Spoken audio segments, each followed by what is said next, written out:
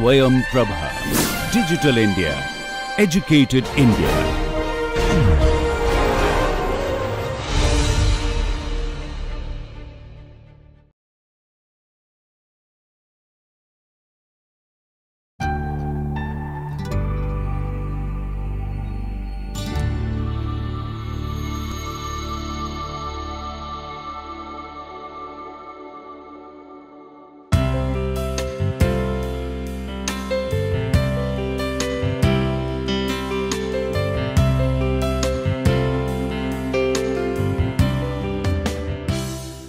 Welcome to the course, Culturally Responsive Built Environments. And today we are going to discuss about power, which is one of the important, a crucial aspect in the cultural responsive built environments. And today we are going to discuss about the power in built form. Before talking about how the power plays an important role in shaping the built environments or even the built forms within the architecture. So I would like to give you a brief philosophical understanding of what is this power and how it has been understood. In fact, one of the important contribution on this subject, especially from the built environment course, is from Kim Dovey, a professor from Australia. He developed a monograph of framing places, mediating a power in built form. So this is a very rigorous work on how he used the space syntax analysis in analyzing various historic forms and how it has an intercourse with the spatial expressions, So to start with, we'll talk about the power. When we talk about the basic understanding of power, it is referred as the capacity or the ability to achieve some end. In fact, even Amartya Sen talks about in his book Development as Freedom, where he refers to development, he refers to the ability to the access to its resources and how one can manage to access to the resources. So on a similar note, it refers to the ability and how it defines and control the circumstances and events so that one can influence things to go in the direction of one's interest. In fact, here there are two kinds of power which Dovey talks about, following on various anthropological literature on power. And he talks about power over and power to, where in the power over, it is basically of one's capacity to influence or to do things on the way he wants to do. He wants to get it done. So it is basically talks about a capacity of one's to so that he can make able to get it done from the others. But whereas when you talk about the power to, it actually dictates the relationship between people. So there is a very thin difference between this power over. It's like two sides of the same coin, but one side it talks about the capacity or the ability part of it, and the other side of it is it's a kind of relationship. So when we talk about the power to, how we are getting a kind of interrelationship between the provider and the doer. So in short, we talk about the capacity to imagine, to construct and inhabit a better built environments is what we mostly mean by empowerment here. So in the latter case, when we talk about power to, this is where we are talking about the empowerment, how we can empower the people to be able to do certain things or to be able to modify certain built environments. Now, coming directly into the built environment discussions, here Dovey talks about forms of power over, where he tried to clarify with some basic terminology which we use in our daily lives. For instance, force. He refers force is an overt exercise which strips on the subject of any choice of non-compliance. And for instance, from a built environment perspective, if you give you an example of a prison, it is limited a person who is subjected in the prison premises, his movement and his freedom to do certain things, his freedom to speak certain things, there is a certain limit of boundary which is defined within it. And this is where, because it is most common mediated of power in built form, because it is subjected within these four walls, or it is within the periphery of that compound. It is also limited so that it can prevent certain action to happen. So in this kind of thing, what you can see is it is not just trying to prevent certain activities, but it is also, that is what Dove talks about. It can prevent action more easily than it can create it.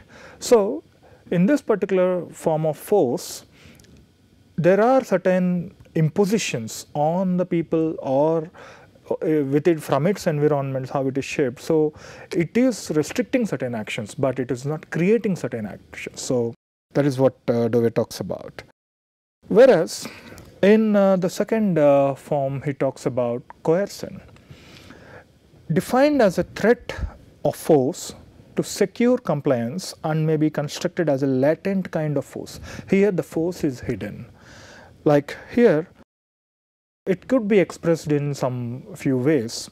One is domination or intimidation, where the forms of architecture, urban design and spatial behavior can signify a threat of force. For instance, when we talk about domination, especially the monumental statues or the monumental buildings, which reflects certain domination of a power, where, for instance, if you are talking about 2010 Moscow Victory Parade, which was actually held on 9th May 2010, it is actually demonstrating, it is being conducted to commemorate the 65th anniversary of the capitulation of Nazi army. So basically, almost we are nearing to almost 70 years now, and but still, 60 to 70 years down the line, they are trying to mark their Soviet Union's victory in the Great Patriotic War. So in that way, even certain marches, the grand honors and all these things, so they are all they are all performed in a particular place, but the meaning behind this march is something else.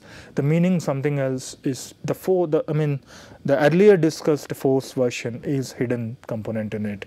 So it has an indirect implication of what it is performed here. And now I would like to discuss the second category, is called manipulation, which so here it is a kind of the process which operates primarily by keeping the subject ignorant. So I'll give you a small case study of our own. Right now, the study is happening with. I'm working with one of my co-partner from Istanbul Technical University, Dilek Ildej. It's been since 2014. We've been working on this project. So we'll just see how the transformation and how I can explain better in the manipulation component of it. Now what you see here is in Istanbul, heart of Istanbul, and this is called Taksim Square, and this is referred as one of the important monument in the history of Turkey. It is like one of the heart of Istanbul, but people often refer it as the brain of Turkey. So it is a kind of national symbol for Turkey. It is acting as a kind of national symbol, or even to outreach any particular voice. So it is one of the symbolic identical future. And what you see here is 1937. You can see a kind of a building which is during the time of Ottoman Sultan Selim III. In somewhere it was built in 1806. This is actually a military barracks which was designed by an Armenian architect, Kirkor Balyan, and which is inspired by both Indian, Russian and also the Turkish architecture. So what happened in this particular case, we are going to discuss about the whole transformation, how this building has performed and what is the current status of that particular place. Now, since 1929 and 1930s, where Henry Prost have developed a new master plan of Istanbul, and then he actually nominated certain buildings to get demolished. And in that process, this whole building has got, for some, maybe around before 1940, some part of the building got damaged, and later on, a series of events have occurred, and which also have created certain memories within the communities. For instance, we talk about in February 16, 1969, about 150 leftist demonstrators were injured during the clashes with the right-wing groups in what they call it as a Bloody Sunday, and in events known as Taksim Square massacre, because these particular squares, how they become more famous. Today we talk about the Labor Day, May 1, 1977, where almost 500,000 people have gathered, and 36 left-wing demo were killed by unidentified and alleged right-wing gunmen on the square during the Labor Day. So if you look at the photographs which I procured from Dilek, where she have collected from some modern archives work. And so this important events of huge massacres have been in the memory of Turkish people, and it has created certain myths and how they have been translated into generation to generation. And that's how whenever when we talk about the Taksim Square.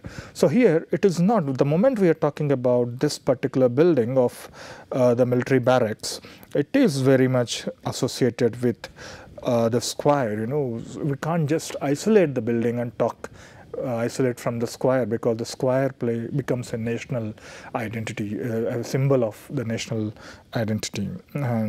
Now, there was an exhibition in the Salt Gallery in Istanbul, where they actually started explaining about how this whole transformation of this area have been, and the military barracks have been taken place.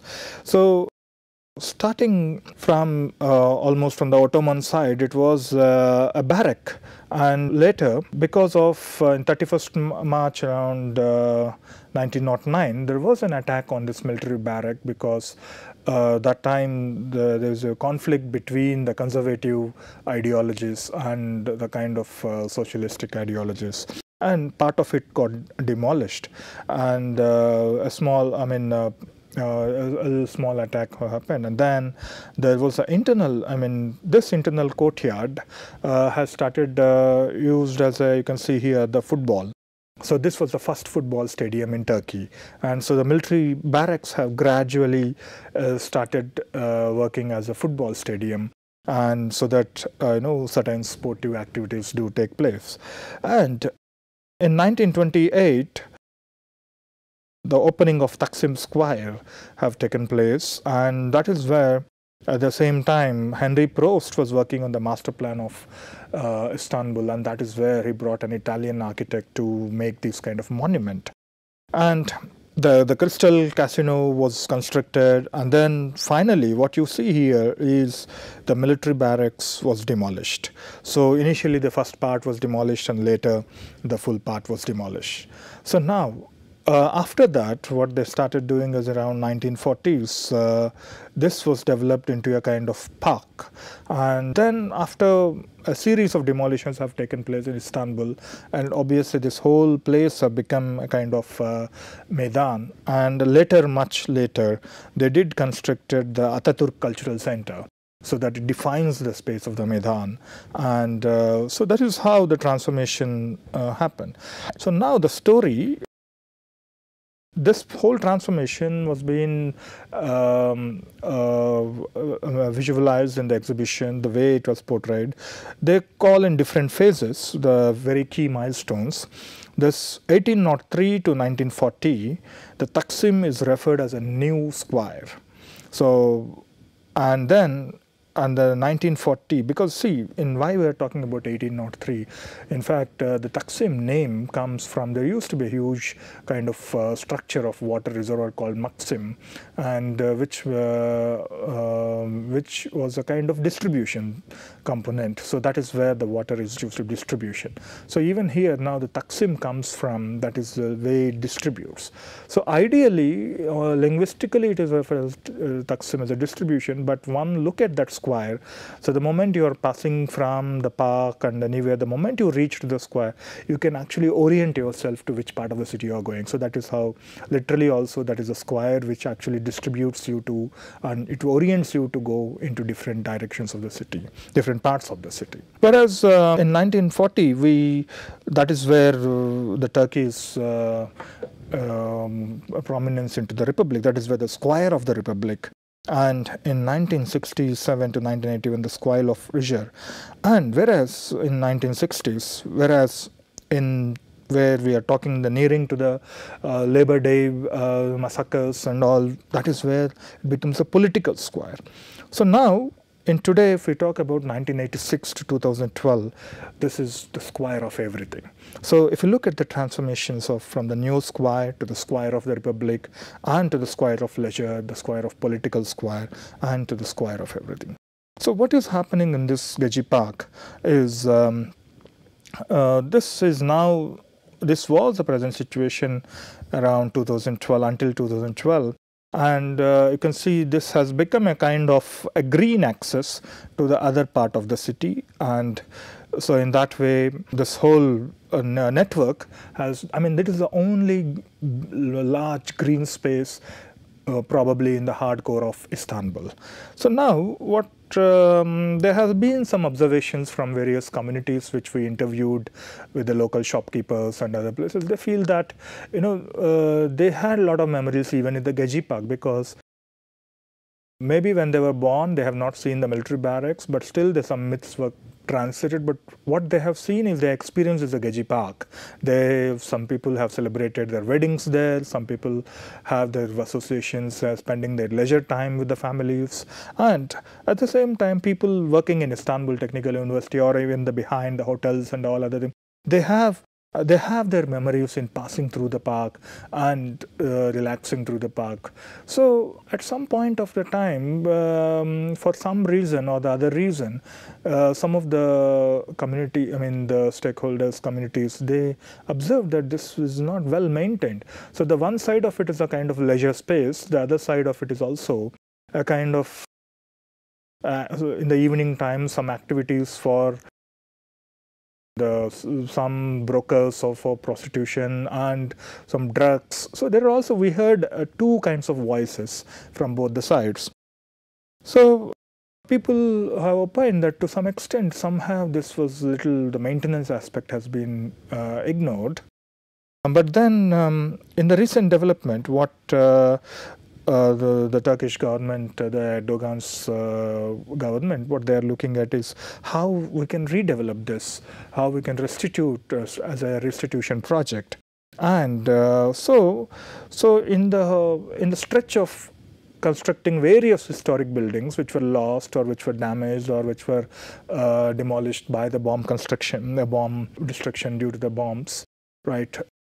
So there are many various efforts to rebuild those buildings, so regain and restitute. So in the similar fashion, they also proposed with an architect, and then they're trying to have this kind of proposal, bring back that same identity here. And this is how the proposal is all about.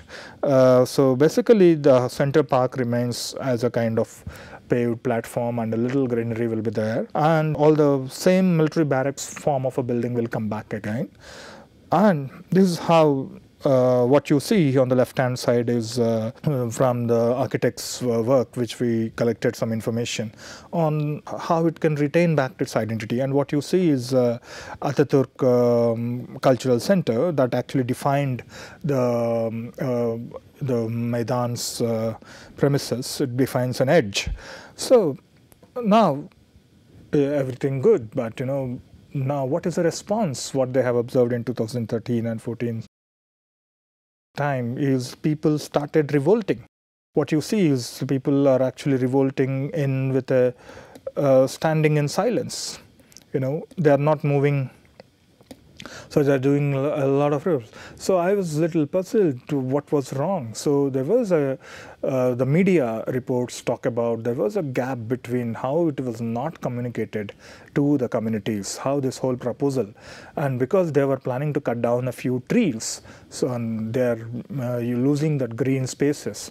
So that is where the whole community have responded to it, and they have protested. Like you can see that the whole Istiklal street, people started protesting by standing and just reading books, and this is a kind of protest which have taken place.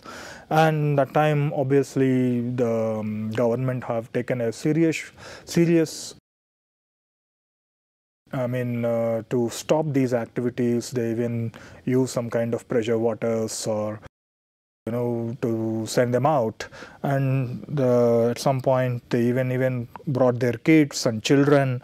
They put their tents and they started living in the park. And so this is a kind of various kinds of protest which did occurred. And with this process, what you can see here is whether before this protest, whether people are aware of the importance of green or not was a question. But because of this situation, people started learning about and getting some awareness on the importance of the green in the urban situations. But here, why I'm referring with the manipulation is, here there is also the hidden stories of how the bringing back those Ottoman periods in the heart of Istanbul, which is a kind of a place prominent with its national identity, and whether they really want that kind of conservative images to be present in their city or not is also a questionable. And whether people have protested for the sake of trees, yes, most of the cases, many of them, because that is how the media have worked out, and people have realized the awareness of the importance of trees. But is it only for the trees, or is there anything the hidden? This is where the latent kind of imaginations, that is, one has to investigate that. And so in the previous example, we just talked about how even if the architects knew that, yes, or if the government knew that bringing back that situation also has some implications on getting some ideologies of the lost power or lost reign. So this is also, I would call it a kind of, if it was true, then it would be a kind of manipulated form of restitution, or otherwise how people have understood, how you have taken it. Maybe the trees could be the cause, but there could be some other political reasons, could be, one has to investigate. And the other form of force, which we call seduction, where it is a practice which manipulates the interest and desires of a subject.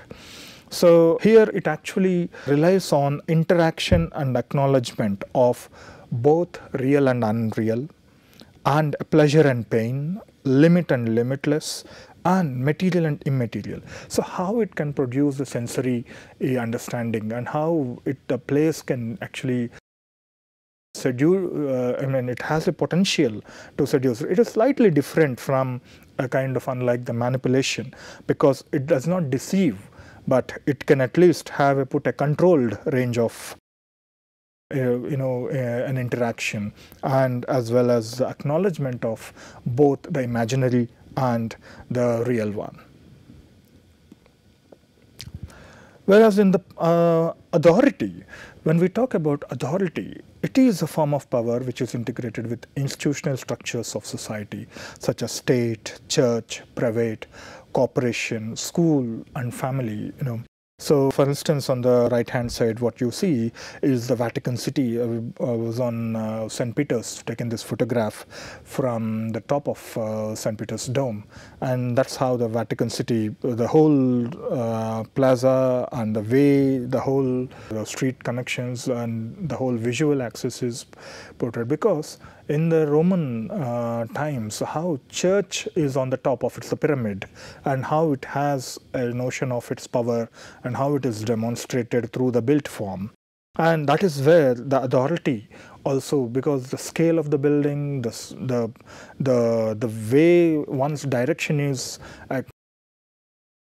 taken in care of. And so it also talks about how a built form also can represent the authority. And here, when we talk about authority, it is marked, Dove recognizes that it is marked by the absence of argument, because you are on the power, you are on the higher power, and obviously the argument is missing, and then it relies on unquestioned recognition of compliance. Whatever the church says, it has to be followed. So it is not a two-way process, it is a one-way process of it. So now, even in our family systems, like if you talk about how the head of the family, how his decisions are valued and how it shows a direction to the rest. And similarly, if you take a religious group or any other thing, so how the head of the religious group and a priest or any Swami, and how his guidance will act as a kind of not questionable, And this is where Dove brings Foucault's, how power is tolerable only on a condition that it masks a substantial part of itself. So the important component here is its success is proportional to its ability to hide its own mechanism. So power has a role, because the moment the authority might have certain ideologies or certain ideas behind it, but it is hiding its own problems, its own mechanisms. So this is where one can see that that's what Foucault talks about. Its success is proportional to its ability to hide its own mechanisms. So here he refers to ability. And when we are talking in a built environment context, he actually talks about how power naturalizes and camouflages itself like a chameleon, like construct. So the built form, so what you see in this picture is the chameleon adapts to the kind of nature it is crawling around, and so the moment it is going in a green texture, so obviously it blends with the green colors. So here, what is important is the built form operates as a metaphor, wherein it simultaneously represents and masks its association with power. So last, what Dove talks in his first chapter is about, he sets the dimensions of place and power mediations. And they're necessarily not constituting a theory, but they should not be read as a deterministic. And these are the dimensions along which the dialects of power in places are played out.